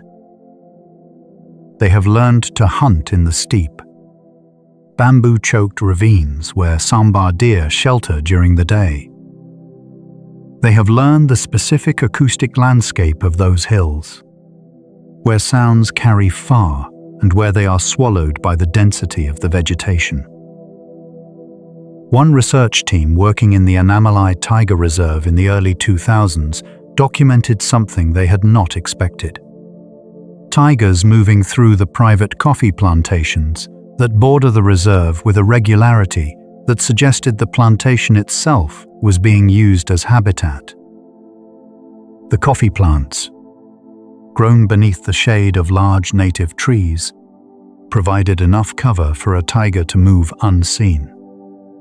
The streams that ran through the plantations still held water in the dry season. The deer that came to those streams were just as accessible to a tiger outside the reserve as inside. The plantation owners were, understandably, not entirely delighted to discover this. But some of them, over time, came to see it differently. The tiger moving through their land was not necessarily the threat they had assumed. It was also, they came to understand, a marker of the health of the landscape they depended on. A sign that the water table was intact, that the deer populations were strong, that the ecosystem around their plantation was functioning as it should. The tiger as indicator. Not just a predator but a reading, a living measurement of whether the world around it is whole.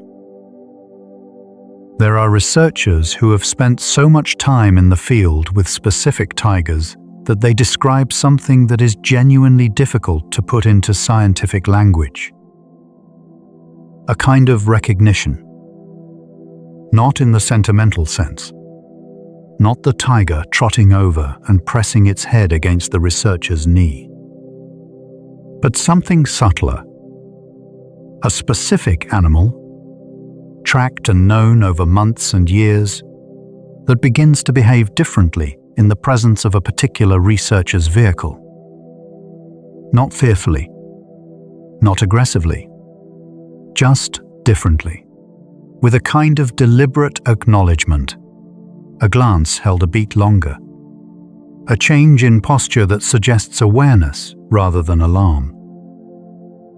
One long-term researcher working in Ranthambore, a reserve in Rajasthan famous for its tigers, described a tigress she had followed for 7 years who would, occasionally, approach the research vehicle to within 20 or 30 meters and simply lie down.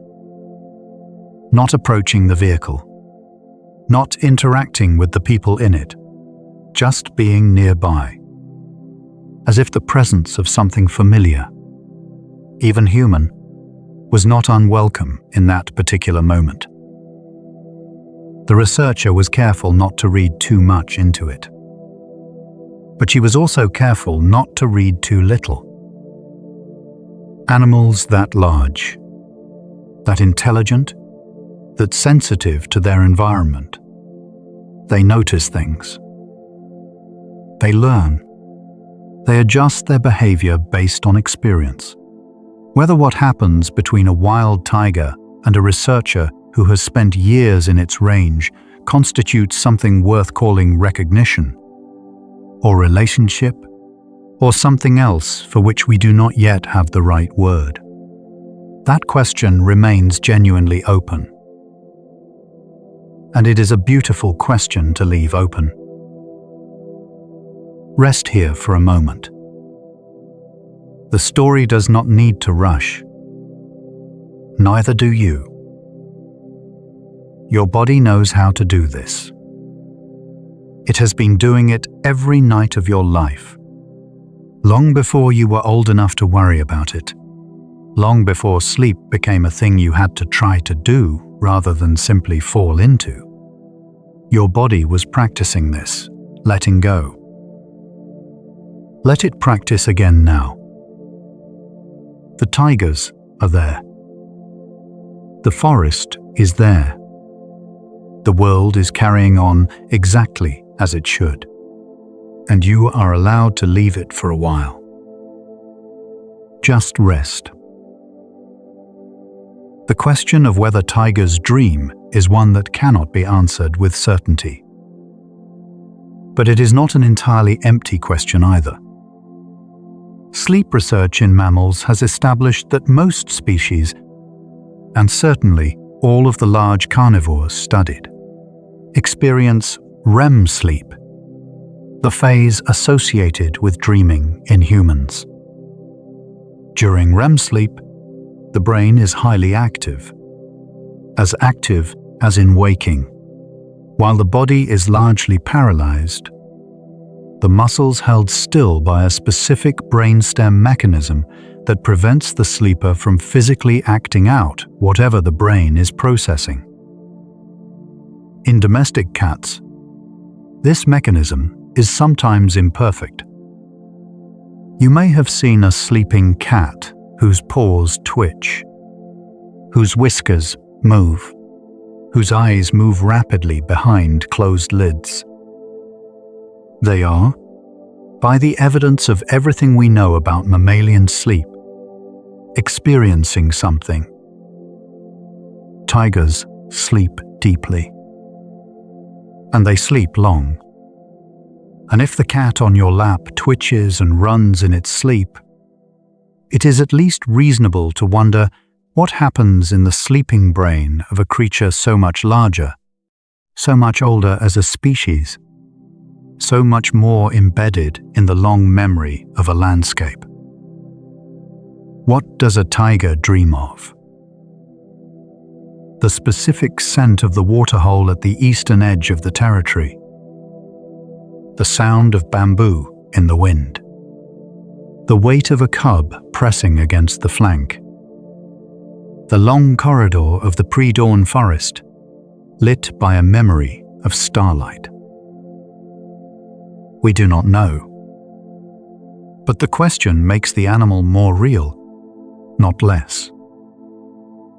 It closes the distance between you and the tiger, lying in its den on the other side of the world right now, asleep, breathing, perhaps dreaming, doing the same necessary thing that you are doing. Going somewhere that words do not reach. Tigers are among the few large predators for whom long-term individual recognition studies have been successfully conducted in the wild.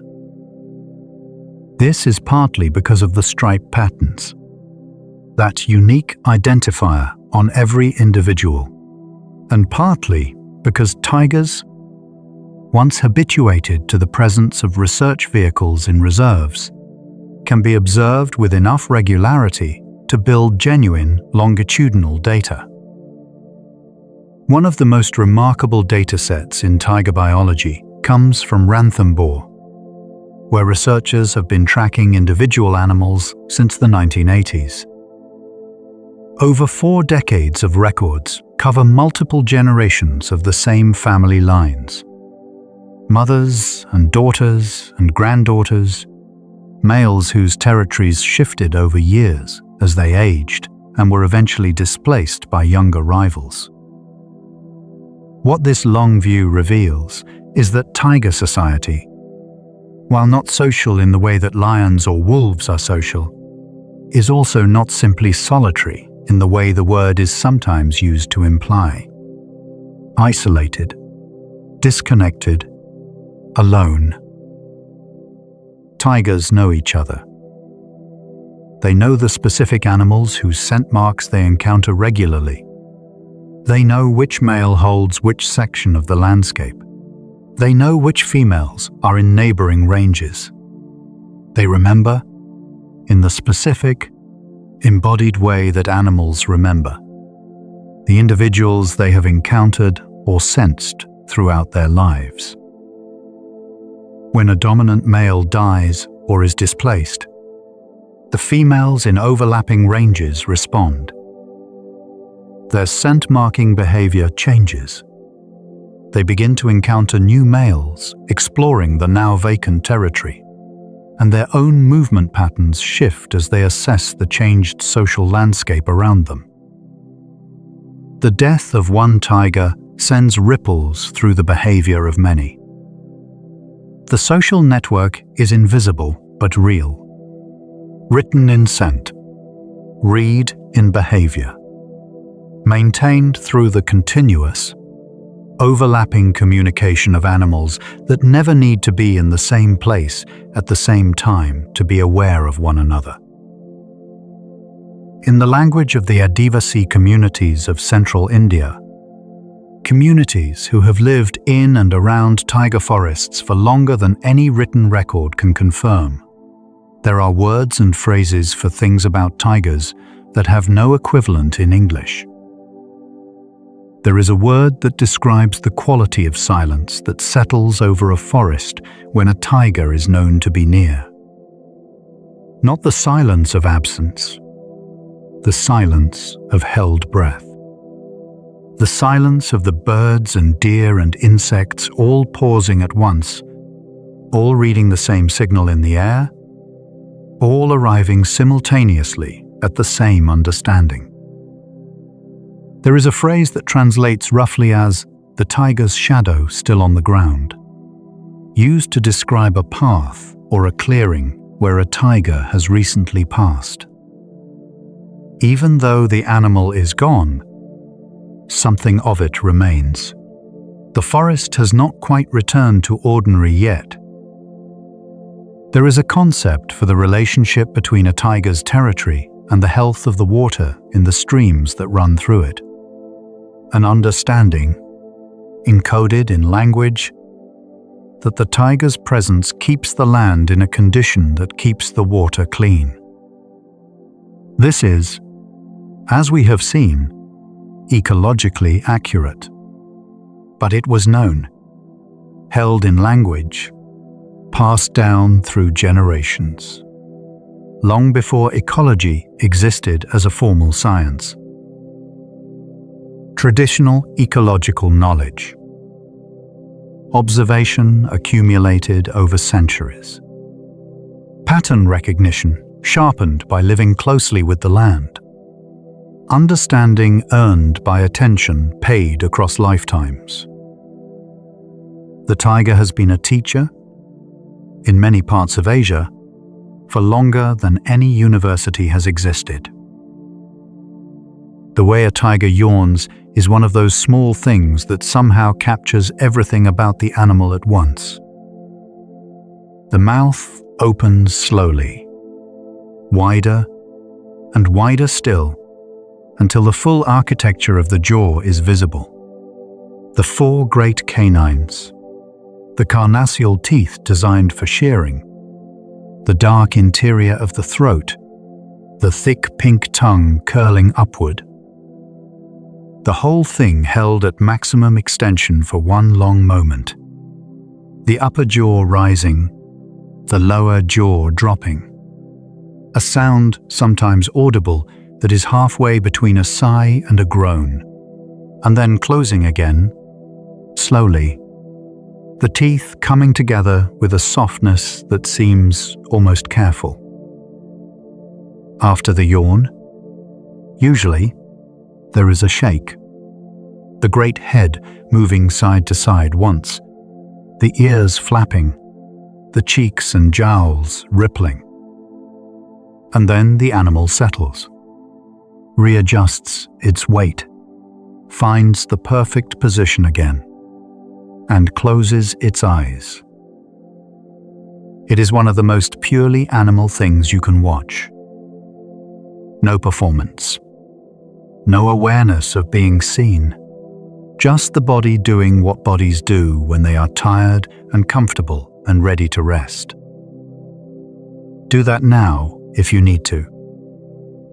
Open your jaw wide. Let the yawn come if it wants to. Shake your head once, gently. Settle. Find the position that fits. And close your eyes. There is a particular quality to the light inside a tropical forest at noon. Outside the forest, the sun is at its highest and the light is flat and harsh. The kind of light that bleaches color out of things and makes shadows short and dark.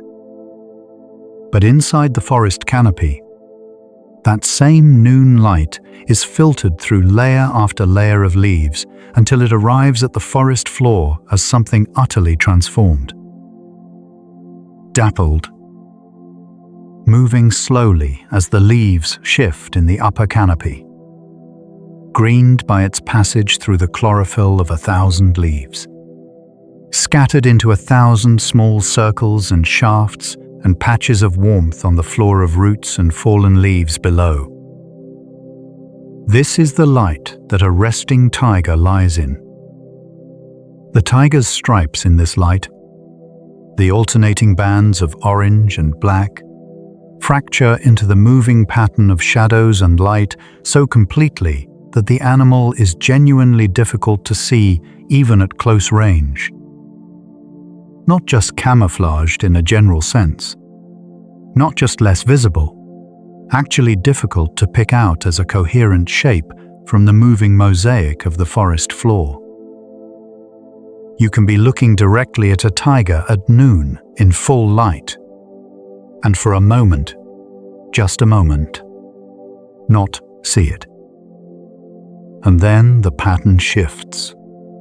Or the tiger moves one ear, or an eye opens and catches the light. And suddenly the shape assembles itself from the background, and you understand that it was there the whole time. That moment of assembly, the instant when a thing you were looking at becomes a thing you are seeing, is one of the most vivid experiences of the natural world. The feeling of a world that was hiding something from you, and then, in its own time, chose to reveal it. The oldest tiger fossil on record dates to roughly 2 million years ago, from a site in what is now northern China. 2 million years. In those 2 million years, the world the tiger lived in changed beyond recognition. The ice ages came and went. Sea levels rose and fell, connecting and then separating the islands of Southeast Asia from the mainland. The Himalayan plateau rose higher. Monsoons shifted. Forests grew and shrank and grew again in cycles driven by forces that had nothing to do with any living thing. And through all of that, the tiger adapted.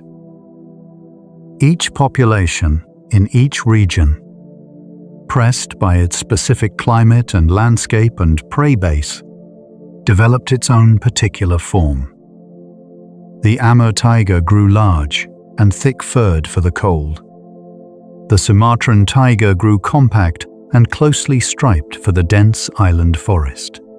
The Bengal tiger found its equilibrium in the vast mixed forests and grasslands of the Indian subcontinent. The Javan tiger, now gone, had adapted to the increasingly fragmented forests of an island under pressure, and ultimately those pressures were more than it could survive. 2 million years of evolution. And the tiger is still recognizably a tiger. Still striped, still massive, still moving through the world with that particular quality of attention. Total, unhurried, reading everything. That has been its signature since before our own species existed. There is something steadying about this kind of timescale. When the problems of a single day feel enormous, when a single night's worth of thoughts feel like too much to carry, it helps sometimes to remember that the tiger has been here for 2 million years, that the forest it lives in has been here longer, that the mountain the forest grows on has been here longer still. Time is vast, and you are just one small, warm, breathing part of it. Resting now, as you should be. The poaching crisis that affects tigers today is driven primarily by demand for tiger parts in certain traditional medicine markets. Bones in particular, which are ground into powders and formulated into wines and pastes, believed in some traditions to convey the tiger's strength, to treat arthritis and rheumatism, to act as a general tonic. The scientific evidence for these uses does not support the beliefs behind them. But the demand exists, and it is strong, and it creates an economic incentive that is difficult to counter through legal means alone. Particularly in landscapes where the people who might be paid to poach have few other sources of income that come close to matching what a single tiger carcass can bring. Conservation organizations have tried many approaches. Increased penalties, better enforcement, international trade bans, community incentive programs, demand reduction campaigns aimed at changing consumer behavior in the markets where tiger parts are purchased. Technology, DNA databases, camera trap networks, satellite tracking, used to both monitor tiger populations and build legal cases against poachers and traffickers. The picture is not simple and the victories are partial. But the work continues. And the tigers are still here, still real, still walking through forests that still exist because enough people have decided that the world is better with them in it. Let the weight of your eyelids go. If your eyes are open, let them close. The darkness behind your eyelids is not empty. It is the same dark that the tigers move through, full of things you can sense without seeing, full of the quiet signals of your own body settling and slowing, full of the approach of sleep. The forest is still. The tigers are resting. The river is running its ancient route toward the sea. And you are here. In this particular moment, on this particular night, breathing and being and letting go. That is enough.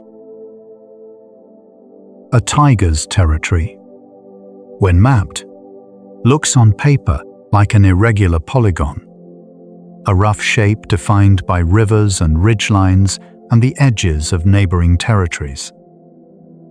But living inside that shape is not like living inside a map. The tiger knows its territory the way you know your childhood home. Not conceptually, not as an abstraction, but in the body, in memory. The feeling of the specific slope where the forest opens and the view changes. The particular smell of the waterhole in the dry season, different from the waterhole smell in the wet season. The way the bamboo sounds at the eastern edge of the range when there is wind coming from the hills. Every part of it known in a way that bypasses thought and lives in the body as simple certainty. This is home. This is mine. This is familiar. This is safe. That feeling of a place known completely, of a space that holds you rather than threatening you, is what sleep is. Your own body, familiar. Your own breath, known. The sounds of your own space, ordinary and unfrightening. Home. The last thing to say tonight about tigers, before we let the words fall away and let the quiet do its work, is something that does not translate easily into language, but that seems worth trying to say anyway. The tiger is, in some way that matters, irreplaceable. Not only as a species, not only as a keystone predator in an ecosystem that needs it, not only as a symbol in the cultures that have grown up alongside it for thousands of years, but as a fact about the world, as a thing that exists right now, genuinely, actually, really, on the same planet you are sleeping on, in forests that are real, breathing air that connects to the same atmosphere that your window opens into. The tiger is real, and its realness, the specific, irreducible, unimaginable realness of a living tiger in a living forest, is a kind of gift that the world is still giving. To know that it is there, to know that the forests still hold it, to know that the same darkness that you are drifting into now is the darkness that it moves through, powerful, whole, alive. That seems like enough to carry into sleep. The forest settles. The last of the daytime birds has gone quiet. The frogs are calling from the stream bed, low and slow, a sound as old as rain. And somewhere in the interior of the reserve, somewhere past the last jeep track and the last research station and the last marker post, a tiger is lying in the dark. On its side, its great striped flank rising and falling with each slow breath. Its paws loose and heavy, its eyes closed, and the forest keeps its watch, and the river keeps running, and the stars move overhead in their long arcs, indifferent and beautiful. There are nights when sleep is slow to come, when the mind keeps circling back to the same place, the same unfinished thought, the same knot of feeling that will not loosen on command. On those nights, it sometimes helps to borrow a mind entirely different from your own. To try, just for a moment, to inhabit a way of being in the world that has no room for regret or anticipation, that exists entirely in the present because the present is all there is. The tiger does not carry yesterday. This is not a flaw in the tiger. It is not a limitation, an inability to reflect, a kind of cognitive poverty. It is a different relationship with time, one that our own minds, with their extraordinary capacity for language and memory and anticipation, have trouble accessing but are not incapable of. We can do this. Not permanently, not the way the tiger does it, woven into the fabric of its existence, but for the duration of a breath, for the length of a thought allowed to pass without being followed, for the space of a body growing heavy in the dark. The tiger does not hold itself apart from the night. It is the night. It is the forest and the dark and the breath and the heartbeat. It is not separate from where it is. It is simply, completely, there. For a few hours, you can be the same. Not separate from this moment. Not held apart from your own body by the thinking mind that wants to process and plan and review. Just here, in the dark, breathing, warm, real. Let the thoughts come if they come, and let them go without following them. They will be there in the morning. They always are. They will wait. But tonight, you do not need them. Tonight, you just need to be here. The way the tiger is here. The way the forest is here. The way the river is here. Simply running. Simply moving. Not thinking about where it has been or where it is going. Just flowing toward rest.